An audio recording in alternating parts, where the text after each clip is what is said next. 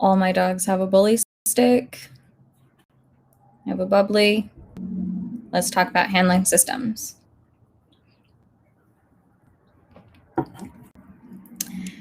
As you're logging in, I know there's a little bit of a delay with it connecting to Facebook and YouTube, but as you're signing on, let me know that you can see me, let me know that you can hear me.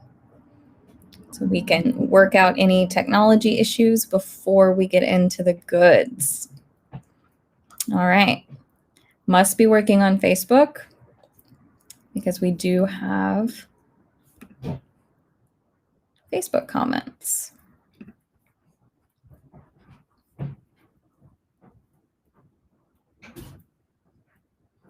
Awesome. So while we wait for people to funnel themselves in, I will remind everyone that on Friday, registration begins for the February FDSA term. And in February, I'm teaching 2 classes. One, I am rerunning my weave pull class, so not your average 2x2s. Torch is whining about that. And this term will have Lynn Madden as my teaching assistant. So even if you're not at gold level, if you're bronzing or silver, or if you're at gold with one dog and you're working your other dogs as well, you'll have feedback and support in the Facebook group. And I'm also teaching the third in a series of handling classes, smoother moves. So I started with handler mechanics, I taught smooth moves, and now we're going to continue that with this third class for handling skills. So if you're interested in either of those at gold and you have questions about it, it's better to email me before Friday morning because agility is one of the first things that opens for registration Friday morning. Okay, everything looks good on Facebook's end. I can usually just check my... It is unknown if I'm on YouTube or not, but that's all right. It will work itself out. Yes. So we have a question about my handling classes. There are the prerequisite classes, the first 2, just because I refer back to them so much throughout all of the lectures, they're really handy to have. So yes, you'll be able to grab the prerequisite classes during the registration period, and that will give you access to all of the lecture materials. And sometimes those prerequisite classes go on sale but a little bit before the registration period opens, so just kind of keep an eye on it, but definitely on the day of registration, you should be able to get it. Okay. Handling systems. What is a handling system?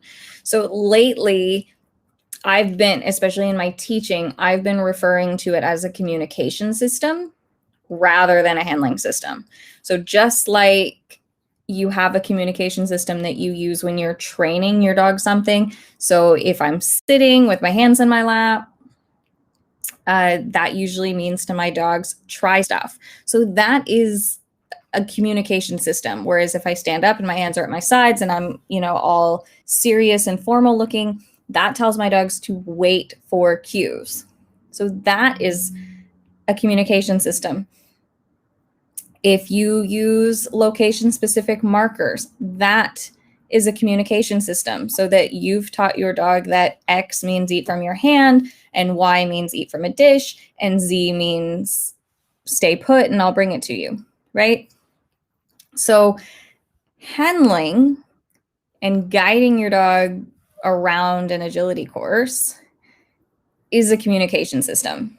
And I've had some in-house conversations about the word handler, and I think the general thing is that handling sounds different, right? When we handle something, it's more like we're in control of it, or there's some things called manhandling. So I think the word handling can maybe give people the wrong like mindset about communicating. So I kind of prefer to say communication system now, but of course we're not going to get rid of that language handling system. So I titled it handling systems. I got you all here. So now I want you to be thinking about it in terms of communicating, not handling, in that sense, right? Another good way to look at it is you are the guide, right? The dog can't study the course map. The dog can't get themselves from A to B without your instructions. So think of yourself as their guide instead of their handler. And maybe that also helps. You decide what kind of philosophy you want to use for your communication system. Okay. So what it is, this communication system that you are going to subscribe to or learn or teach yourself or teach your dog is your language that you will use on course that only you and your dog know. Probably some other people would be able to pick up on that language, but it's going to be so finessed that you and your dog can kind of second guess what the next one is going to say. I want it to be that way. I want your communication system to be that finessed. Okay. So your communication system is made up of your physical and verbal cues. Okay.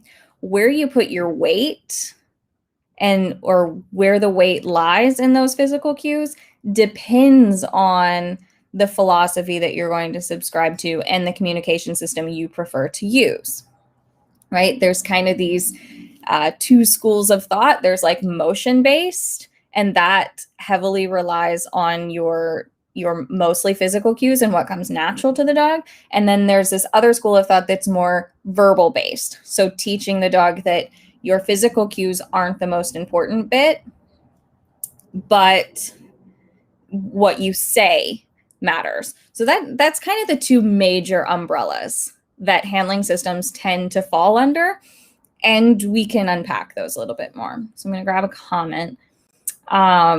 She asked me what system so first agility class, asked me what system I knew. I was a baby handler. And when we did our first run, the response was, well, I don't know what that was, but it's working, so let's expand on it.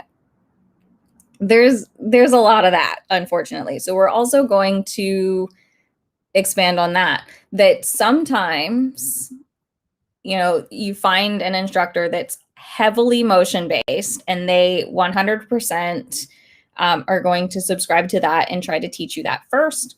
There are going to be some instructors that are 100% verbal-based, and that's what they're going to try and teach you and make sure that you adopt. And then there's going to be, I think, probably the majority of people that have cherry-picked what they like from motion-based and verbal-based, and they've put it together. And so there's a lot of people, I think, that would say, I don't subscribe to a system, I just do what works for me. And I don't disagree with that philosophy, but that's really hard to teach to a mass of people. Okay? And the hardest part is that the description is, I do what works for me.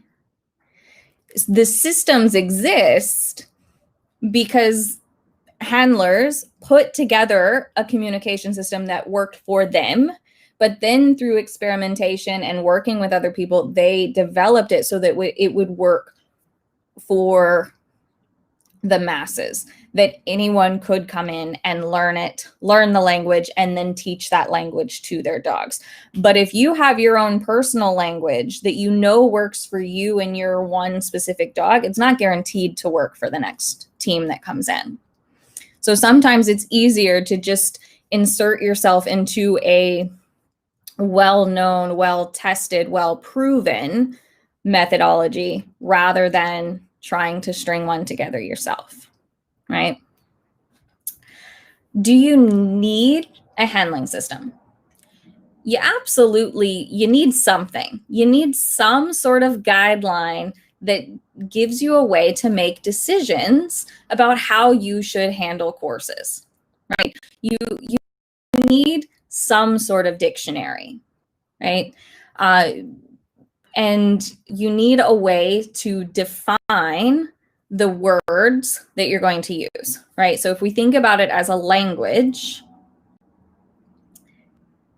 you have to start somewhere. And your dictionary may be 1 page long, your dictionary may be 10 pages long, your dictionary may be 100 pages long.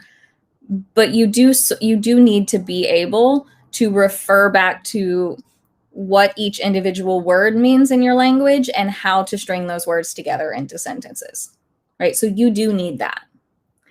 I'm not going to tell you you need one system over another or if the combination is going to be the way to go, but I do think it depends a bit on the type of trainer that you are. If you're open to a lot of experimentation and you have a lot of time for that and you kind of understand how the dogs react to physical cues, you understand how to teach verbal fluency, and you, like I said, have time for all that, you can probably kind of create your own communication system kind of on your own, right? And that's kind of how I feel like I grew up in this sport. There wasn't a ton of instruction around me, but I kind of learned the basics, and I was a kid, so I had nothing but time. And I could experiment and figure these things out and blah, blah, blah, blah, blah, blah.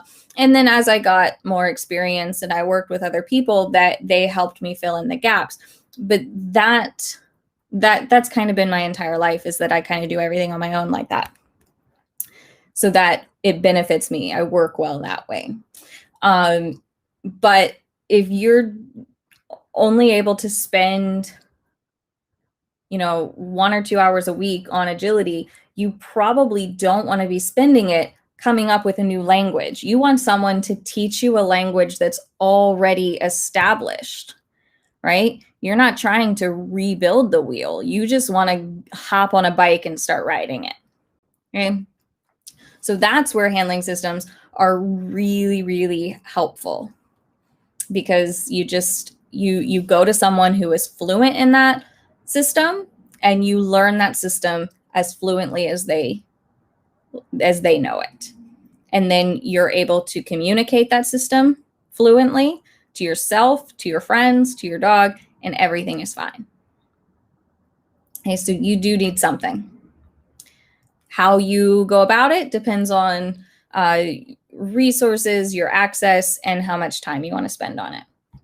Okay.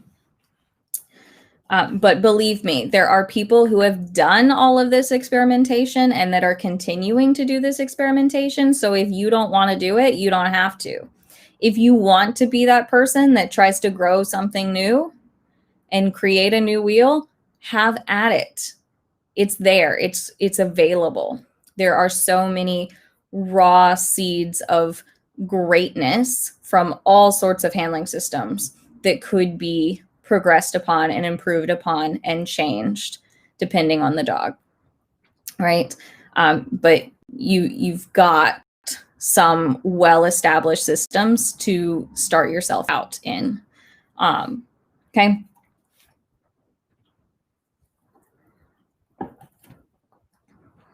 We'll see how my voice does today. I woke up with like the tiniest of sore throats, and I don't go anywhere, see anyone, so I don't immediately think, oh my gosh, I have COVID, but it always is like, am I sick? Anyways. The philosophy of the instructor is probably where you want to start. When I'm communicating about agility, I get a lot of, I kind of see one of two things. Handlers or trainers that want to do what's easiest for the dog, or handlers and trainers that want to do what's easiest for themselves. And they're not truly exclusive from each other, because I fall into the category of wanting to do what's easiest for the dog, but that has its limitations. If what's easiest for the dog is something that I cannot do for whatever reason, then it's not going to be easiest for the dog because I can't do it. Okay, so that is kind of where those two lines overlap. But if you start over here in the I only do what's easiest for me, then you might not align with that philosophy. So I kind of start there and kind of decide what's easiest for the dog versus what's easiest for the handler, and then narrow things down. Because in both kind of your umbrellas, if you've got motion-based, well, we know that motion-based and physical cues are natural. So that might be the easiest for the dog. And verbal cues are more difficult to teach because English isn't their first language. So that might lead you down the road of motion-based. And I'm not going to argue with that. I truly believe that motion-based is the easiest for the dog. But if you start down that path and go, oh my gosh, a lot of this is really difficult for me, then it might not be your best choice. A more verbal system that you can teach to the dog because you're this badass dog trainer, but you can't run really fast, then verbal cueing system becomes what's easier for the dog. But where you start philosophically helps you a lot, I think. You also have big picture versus cherry picking, okay? And this happens when if you attend a lot of seminars, or you, especially nowadays, we can take an online class from anyone using any system or any philosophy. So the way I would see it happening is you would be going to an instructor every week and you're learning their language and it's going really well. And then you go to some seminar with someone fancy and you learn one thing that you are just in love with, and it worked fantastically at the seminar. It was so great and it went so well, and you just want to take that one thing that you learned and apply it to your current handling system. Sometimes this works and it's no problem. Other times, the student would come back and I see them doing that one new fancy thing, and I see the entire language crumbling, right? Because some things can really start pecking away at the base of your communication system that you've created. So you either have to be able to analyze those little pieces that you're cherry picking and putting into your system and know, is this going to be okay for me long term? Or you need to be working with someone who can do that for you. Because I'm going to let you in on a tiny little secret. Anything that we're like, the seminar presenters, myself included, we're designing the courses to go the way we want them to go. At least I am.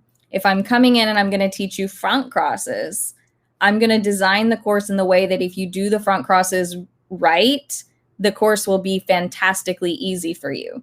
And if you're doing the front crosses wrong, something will happen so that it's easy to show you when you do this, this happens. Right? So always remember that if the job is being done well, the courses are designed to highlight success when you get it right and potential problems when you get it wrong. Okay?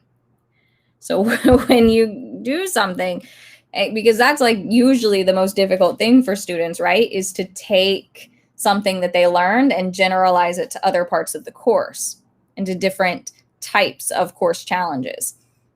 That's because we're not designing the competition courses. We're designing our training courses that highlight the things that we want to highlight. Okay. Am I making sense so far? Any questions? Drop them in the comments. So back to that like big picture thing. You want to be able to look at your whole communication system and decide, does this work for me long term, or is this going to cause problems for me down the road?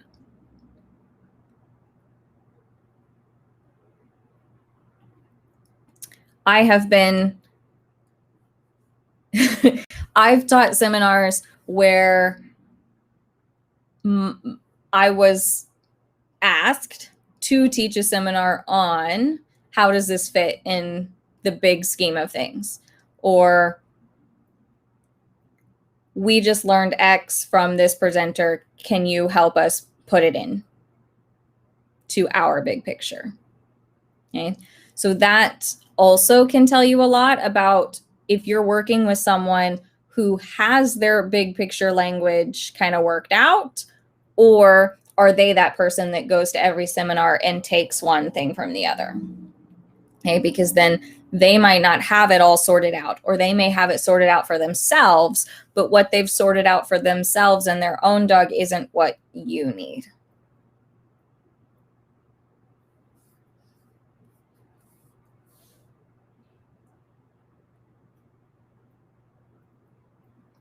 Oh, I didn't even know what my own note was about.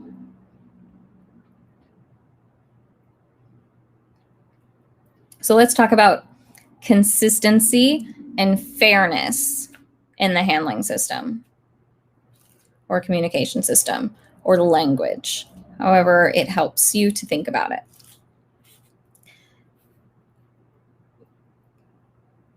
Consistently using your language in a consistent way that your dog can learn to rely on, that when my handler does this, I do this. When they do that, I do that. That's going to make it easier for you to add things in over time. But if you do your backside sends 10 different ways, or you do your rear crosses 6 different ways, and they can't really learn to rely on how you communicate those two things, then what you're going to find is that your communication system is just like a box of Band-Aids instead of like well stitched together items. Right? It's like duct tape versus sewing it back together. How's that for an analogy? Duct tape works great, but it will eventually fail.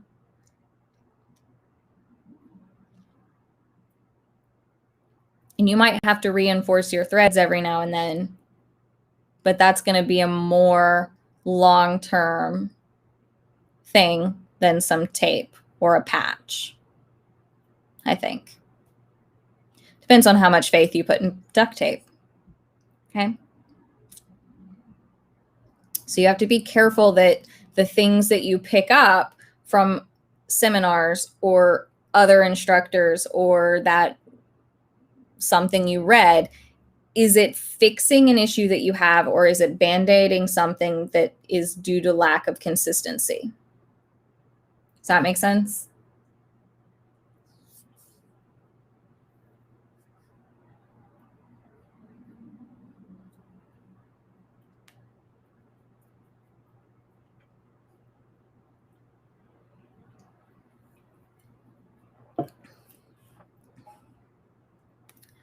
You guys are so quiet. Always makes me a little bit nervous. Because without questions, this is going to be short.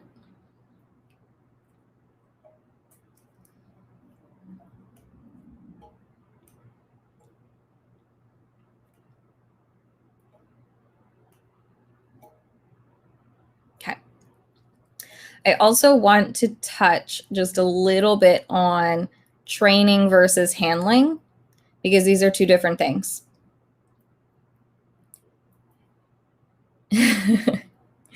Good. If you're just thinking, that's fine. I can deal with that. If I've completely lost the plot and everyone thinks I'm bonkers, that I don't think I can handle. So training versus handling are two different things. I would say that with a motion-based system, you're more of a handler. And with a more verbal-based system, you have to be more of a trainer, right?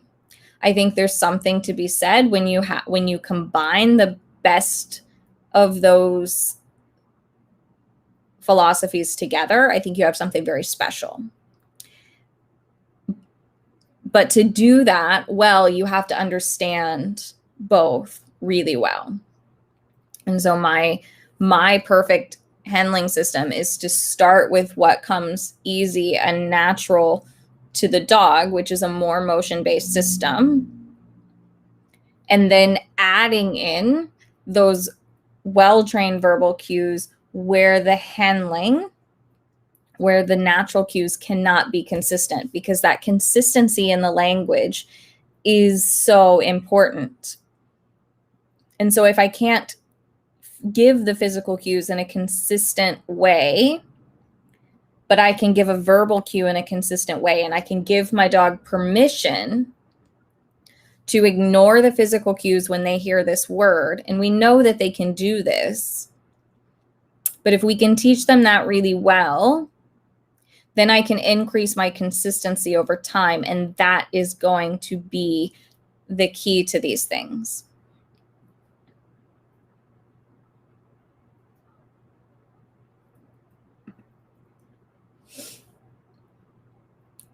I want to clarify this, because it's not to say that if you're training more verbals that you're not handling, because you still have to choose the correct timing and the good positions, and you still have to make a strategy. So I don't want to put it that way. But I will say that to this comment, with a motion-based system, it doesn't feel like training. It feels like reinforcing what the dog already knows. So it's like teaching them a cookie scatter. You're not teaching them anything. You're reinforcing what they already know how to do, which is sniff. Okay. So that's kind of how, but I didn't want it. I don't want it, the takeaway to be that a verbal handling system isn't handling, but I don't think that's what you said. I just want to clarify. So new handler, fairness is really important to me. I'm still learning and making mistakes. Motion to verbal makes a lot of sense to me and is kind of the route I've chosen to take too. So the fairness that I'm talking about in particular is, let's just briefly talk about, what do you do when your dog gets a refusal? Well, for me, I immediately resend them, and I have them take that obstacle, and I get them to the reward. And you can, I talk about it at much length in the Loopy Agility Training Workshop that you can still buy. Because, yeah, I might have done something to pull the dog off of the jump, but is it fair in that moment to say, well, sometimes refusals are my fault and sometimes refusals are your fault? The dog doesn't know the difference. The dog, so for me, regardless of whose fault it was, the refusal, in fairness to both of us, I resend them and get them to the reward. I don't stop and reward refusals, and I don't stop and not reward refusals. I just resend them. Hey, I need you to take that jump. Even if you weren't sure before, I want you to be sure now. Take it and let's keep going. Okay.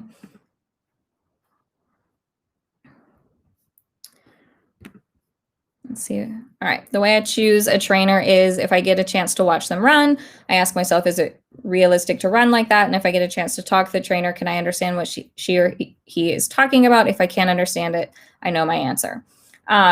Yeah, this is a really a good way to do it. Keep in mind that excellent trainers are not trying to make carbon copies of themselves, because I used to get that a lot. People wouldn't come to me because they weren't in their 20s and running like I do. But that's not what I'm about. My philosophy is, so at the very least, even if you're not sure that you can run like they run or handle the way that they handle, talk to them about their philosophy, right? Dig a little deeper about how they like to train, observe a class, talk to their students, ask around, and references are key here. Also from the seminars I go to, I pick and choose what is right for me. It's always good to have more tools in the toolbox. Yeah, exactly. There's that for me bit. Okay. So again, I guess I kind of want to address instructors versus students differently, because if you're an instructor and you're going to seminars and choosing things that work for you, you need to make that clear to the students moving forward of, I'm playing around with this and experimenting with this. Let's see how it works for you versus this is how we're doing it now. Okay. So be careful either way as an instructor or a student, that don't throw the baby out with the bathwater, right? You can start to add things in that you've learned and kind of see how they pan out over time in your training, but you can remove it from the toolbox at any point if it's not serving you, okay? And it might be something that will serve you for the next dog, but it's not going to work out for this one, okay?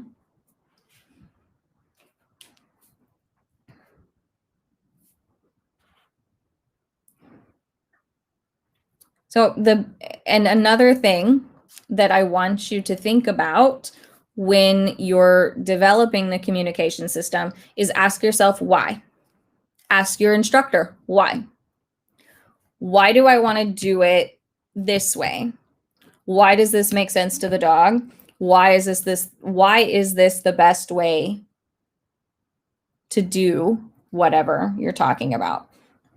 Because the better you can explain or be explained to why something is, I think the easier it's going to be for you to learn. The easier it is for you to be able to insert it into your already known communication system. And it's also going to help you decide if you are going to use it long term, or if it's going to conflict with something else long term, because everything is about a balance too. And I think this happens a little bit. It's come up a lot in the group about, do I need this verbal or do I need that verbal? And tell me why. What is its purpose? What is its function? And if you already have something in your communication system that's serving that function, why do you need another one? And if there's a good answer to that question, add it. But if there's not a good answer, or if the answer doesn't apply to you, if the answer is, oh, well, you need it for the tryouts, the world team tryouts, but you have zero intention of ever attending the world team tryouts, then you don't need it. So every cue or word or everything serves a function in your handling system. But if you don't need that function, or if you already have something serving that function, you don't need something else. Can you expand more on what you previously said about fairness? My internet cut out a bit. So fairness, and that I want to be fair. I want to be able to provide consistent cues to my dog if I want it to be fair to expect them to give me consistent responses.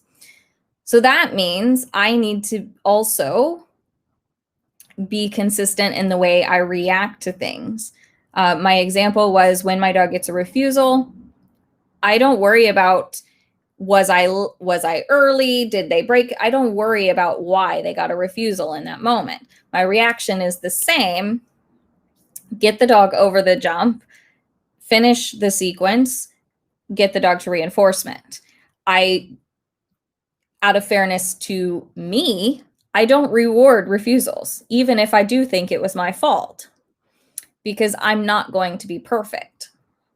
But also in fairness to the dog, I don't reward refusals sometimes and not reward them other times because the dog isn't able to know the difference. So sometimes if I start to see that I'm consistently causing a refusal in some situation, the most fair thing to the dog might be to train a verbal cue that overrides whatever I'm doing physically, because I cannot physically give them the correct information. Does that make sense?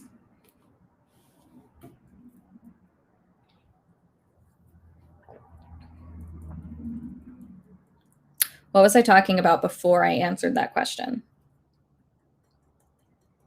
It feels important in my head, but it's gone.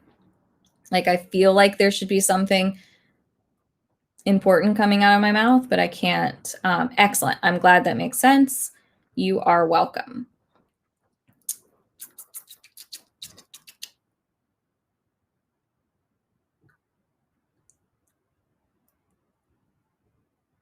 Or just ask another question. That's fine too.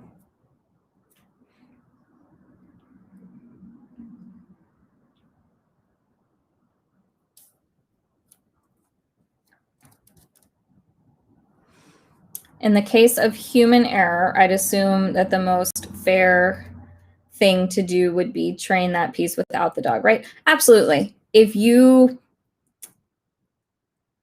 you're consistently causing an error because you're not, oh, you don't have to apologize. I might have been saying nothing. No one has told me what I was saying, so apparently it wasn't important. I look at it a couple of different ways. If it's a human error because of lack of fluency, absolutely take that piece out. If you're doing it wrong because you don't have fluency, you've got no business doing it with the dog, as far as I'm concerned. So then, yes, you would take it out. You would practice it without the dog. When you can do it 100 times perfectly without the dog, then you can bring the dog in, or at least 10 times in a row without the dog. You can bring the dog in for one time. But if it's not going well because of some physical limitation or something that's just not going to happen, right? Maybe it's a specific position or a specific way you have to turn your toes or a specific way you have to turn your neck. If it's not going to happen because of pain or injury, physical limitation, or it's going to take too much time to retrain your body. In fairness to the team, it's sometimes easier to train the dog, right? So my go-to is always to manipulate the human's behavior first if I can. But if I can tell that behavior isn't going to be a lasting change, I teach the dog to tolerate it. I teach the dog how to react to this cue, because this is the cue that's going to be happening. And sometimes, now I think I'm getting back on track, sometimes that means teaching a verbal cue that overrides what the body is doing. But dogs need permission for that to exist. I am finding it's not as easy as just having both at your fingertips, because I also think that can be confusing.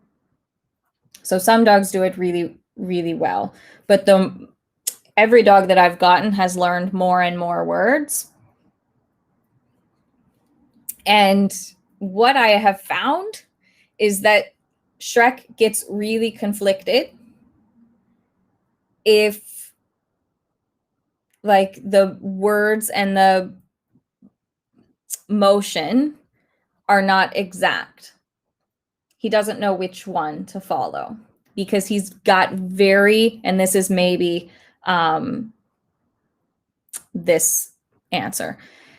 What I mean is that let's put this in stays, right? So if Shrek is on the station, he is to stay put no matter what my body's doing. So he has been taught to ignore natural physical cues and stay put on the station until he hears a specific word. And then so let's just say the station is his start line. Okay. So then when I start running the course, he's now supposed to swap back into focusing on what my body is saying. And he's supposed to start like not worry so much about what he hears, because my body and my physical cues are telling him the what's important. But then a contact shows up and I say, walk it. And that means he should ignore my physical cues and stop in 2 on 2 off. So he has a really hard time going back and forth between following my physical cues and listening to my verbal cues. So now I have to choose for him, because I think it's the most fair for him.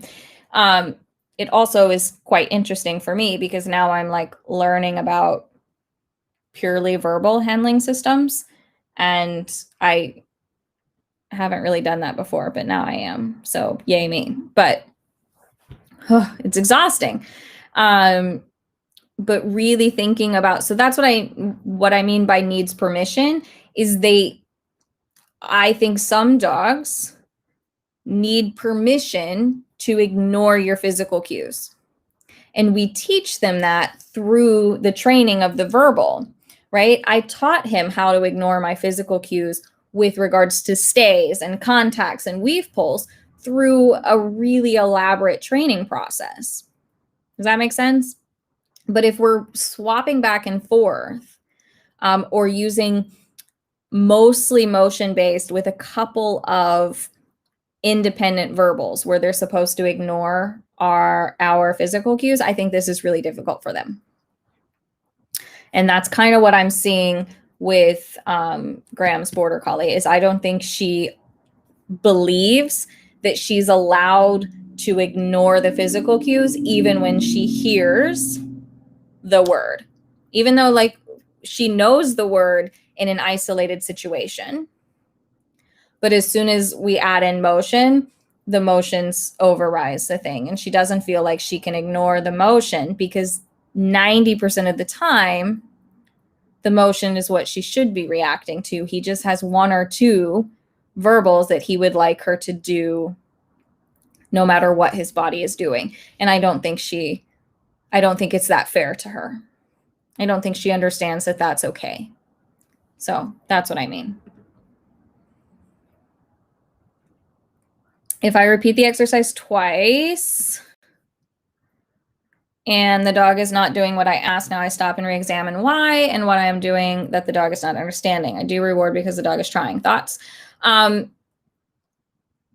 Absolutely. When I'm doing things, I think the difference is where we might stop and reward. I always finish the loop. So if I'm doing a sequence that's 1 through 5, but I'm really getting hung up at number 3, I'm going to just keep going after the mistake, finish 4, 5, reward. And then I'll reattempt it. 1, 2, 3, it's still crap. 4, 5, reward. Now I'm going to put it away. I just don't let mistakes like that stop me.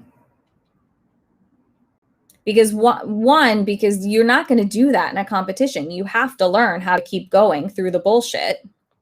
And 2, and that's just how it comes out in my brain.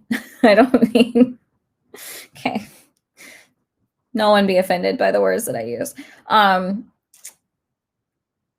I just handle through the mud, basically. Like because in a competition, you make a mistake, you don't get to stop and reward. You need to finish and keep going. So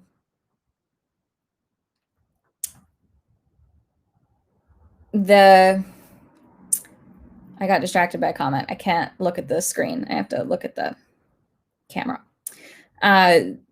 Blah, blah, blah, blah. So I finish the loop and get the dog to the reward. The other reason I do that is I don't really like stopping where I don't feel like the reward is going to be genuine. And I think it's very difficult for humans to reward genuinely after you've just made a mistake.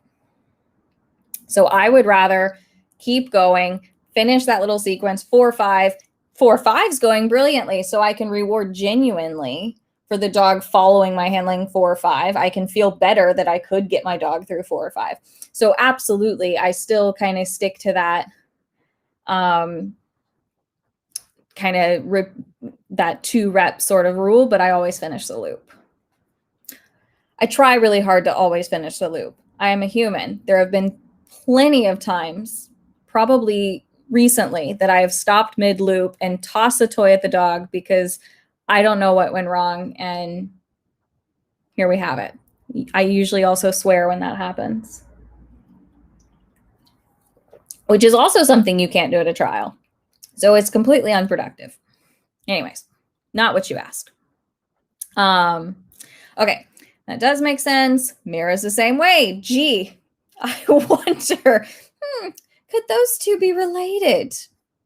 Number 1 and number 6, those two.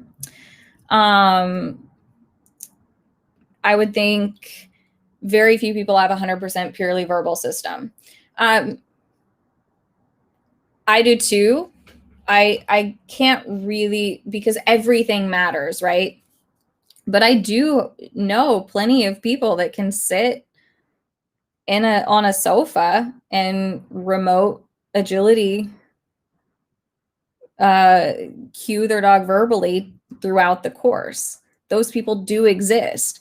So even if motion and position and eyes and chest and feet and arms matter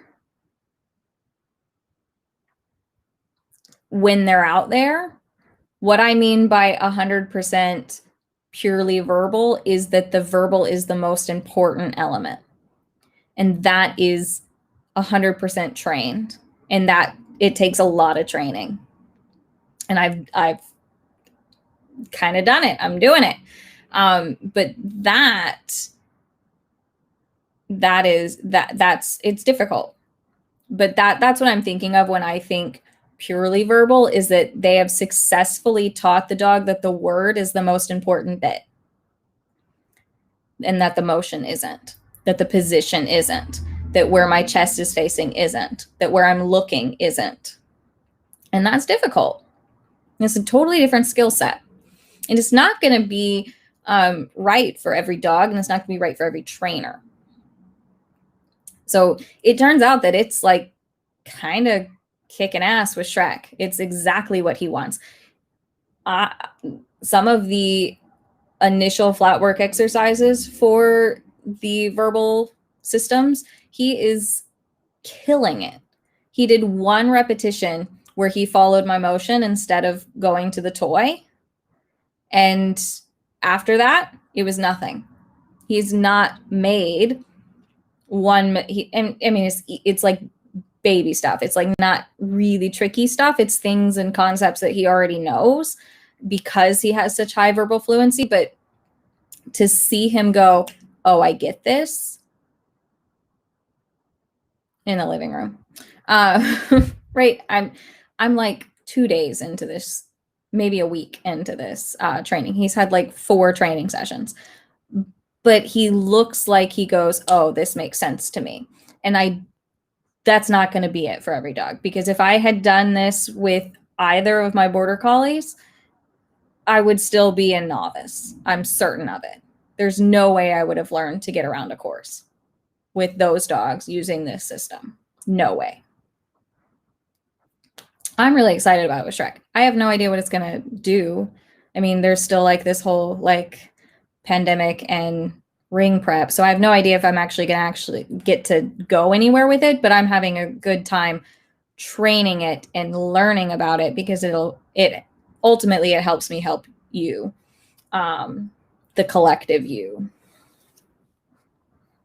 Examples of verbal, like what? Like what the skills are, or what words I'm using?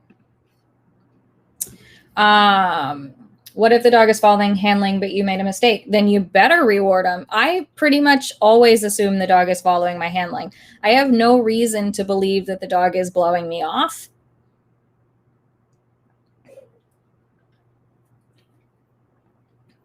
So they always get rewarded as if they're following my handling. every now and then I will withhold reward from Shock because I think she didn't follow my handling, because we're usually both right. And on video review, I'm always proven wrong. So I learned that just give her the toy. She was right. And if she wasn't 100% right, neither was I. So just reward them. Even the verbal fluency things that I'm working on, where I'm like, no, I really didn't say that. I have to remember, like, how well does he know it? What is the context of the question you're asking? And my physical cues. I can't ever discount the physical cues that he does understand. I don't know. That's where I'm at.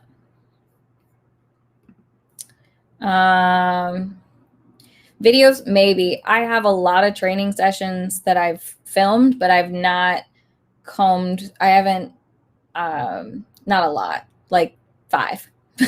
I have a handful of training sessions where I've been working on some of these verbal skills, but they're long and I haven't edited them at all. I haven't looked at them yet. So maybe, but remind me in a week or so. Everyone needs a deaf dog like mine. Yeah, you've got one system. Yeah. So you have, right? So now that's like the opposite, right? When we're talking about fairness, I tend to start with what's easiest as possible for the dog, but what's also fair to this handler. And so you have the opposite issue because you don't have the verbal cues to fall back on to help you out. So you kind of have, I don't want to say burden, responsibility. You have the full responsibility to give the dog what they need physically. And so that might include, though, more lateral distance skills so that you can stay in their field of sight more easily if you can't run fast and stay ahead of them the whole time. Does that make sense? So there still might be a way to balance it, but the responsibility is going to fall on you because your dog can't learn verbals. But so that means you have to make it your responsibility to make sure that they can always see you. So we still have that fairness piece, but it's in reverse. Because usually what a lot of us do is we rely on the dogs being brilliant and resilient, and we rely on their ability to learn basically anything.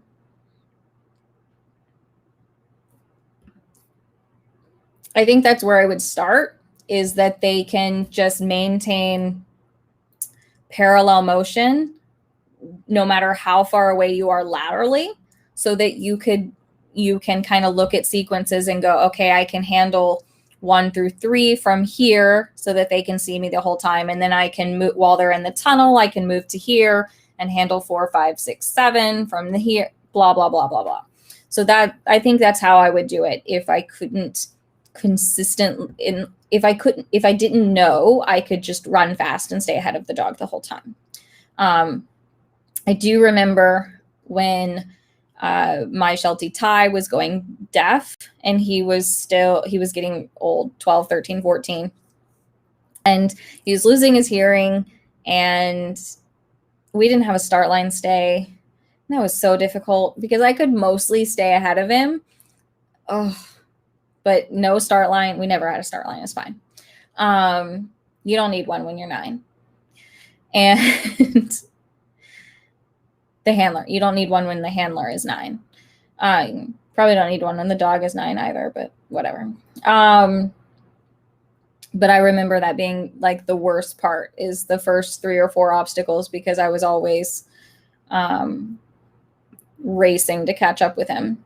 But that I didn't have to do anything different, because we had a communication system when he could hear. And that communication system was based on me being ahead of him most of the time. I didn't do as many rear crosses. Yeah, I did. He can see, because they can see you. But that sort of thing. So that's my only experience. But I would teach more distance, I think. But in a way that they can see you the whole time. All right. Any other questions?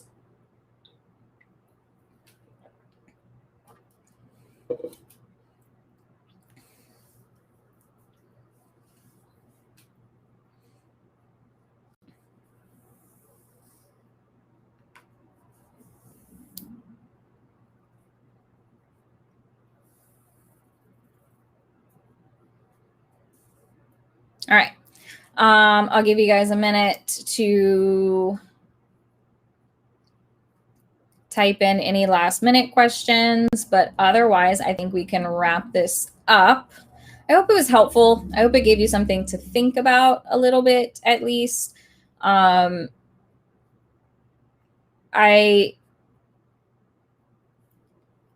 biggest piece of advice is to decide on the route that you want to take, and then find yourself someone to work with, whether it's online or in person or private lessons, or, you know, whenever you can with seminars, but find someone that meshes with you and your training philosophy, and someone who understands the language that you want to be using. Okay. And remember to ask yourself, what function does this serve for me? It's come up a lot in the group of, which verbals do I need? How do I decide? All these really great skills, but I don't see how they work enough together in the big picture. Okay.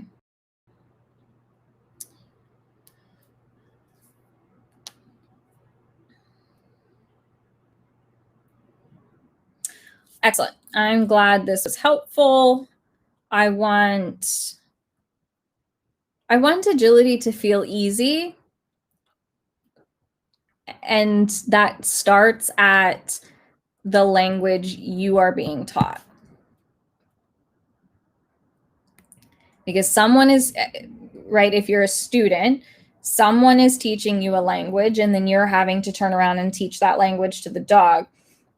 So within the trickle-down effect, if you aren't getting what you need, if it doesn't feel easy for you, you're not going to be able to be consistent within it. And it could be that language is not your language, or the way it's being instructed to you is not the way you're going to learn it. Okay. So there's a lot of different things that might be happening, but it starts with you.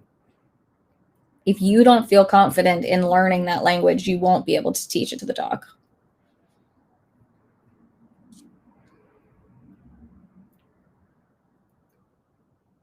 Okay. If you have any more questions, pop them as a new question in the group, because they'll be easier for me to find rather than comment on this thread, just because with Facebook Live, it doesn't always bring me to the correct place. And next week, I think we are talking about periodization. So how to kind of split up your competitive year into a season based on what maybe your big events are for the year, and, you know, setting aside time for training, setting aside time for time off and rest and things like that. So that's what we're going to talk about next week. And I hope to see you there. See you later.